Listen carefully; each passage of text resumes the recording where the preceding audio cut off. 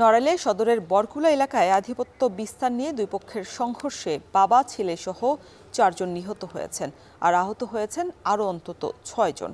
ভোরে সদর উপজেলার সিংহাসনপুর ইউনিয়নের বরকুলা গ্রামে এই সংঘর্ষের ঘটনা ঘটে।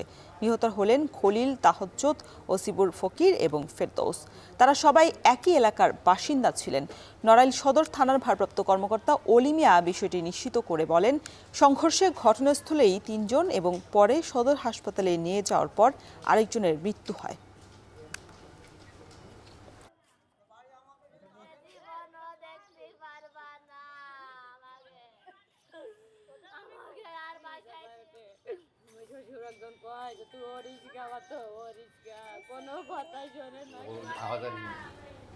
দর্শক, এ বিষয়ে আরো বিস্তারিত জানাতে ঘটনাস্থল থেকে মুঠোফোনে আমাদের সাথে এই মুহূর্তে যুক্ত হয়েছেন ইমরান হোসেন।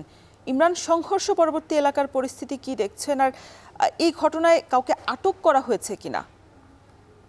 রোশন, এই মুহূর্তে আমি যে এলাকাটিতে সংঘর্ষ হয়েছে বড়কোলা, আমি সেই এলাকাটিতে আছি। এখানে এসে আমি স্থানীয় যারা আছে দুই পক্ষের কয়েকজনের সাথে কথা বলেছি।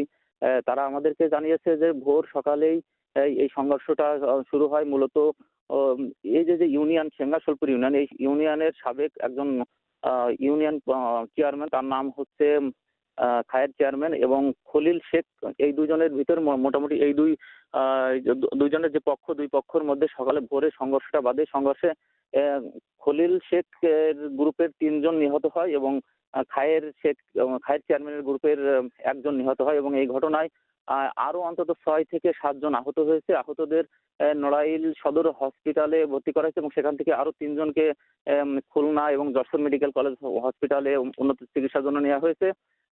মূলত এলাকার পরিস্থিতি এখন খুবই থমথমে পরিস্থিতি বিরাজ করছে। এখানে সেনাবাহিনী, পুলিশ, বিডিআর সহ আইন শৃঙ্খলা বাহিনীর বিপুল সংখ্যক সদস্য মোতায়েন করা হয়েছে। এখানে আরেকটি ঘটনা ঘটেছে হত্যা পরবর্তী। এখানে 5 থেকে 6টি বাড়ি আগুন জ্বালিয়ে দেওয়া হয়েছে। এখন আমি কয়েকটি বাড়ি দেখতে পাচ্ছি যে আমার সামনেই আগুন জ্বলছে। পুলিশ এবং ফায়ার সার্ভিসের কর্মীরা সেটা নিভানোর চেষ্টা করছে। 4টি বাড়ি নিভানো হয়ে গেলেও আরো 2টি বাড়ি অল্প অল্প করে আগুন এখনো জ্বলছে।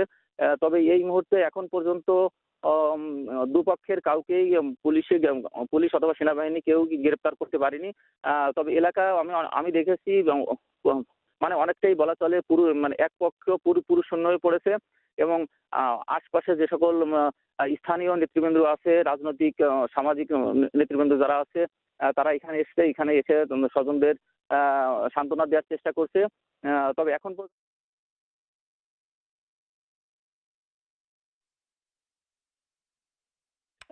সহিংসতা পরবর্তী সর্বশেষ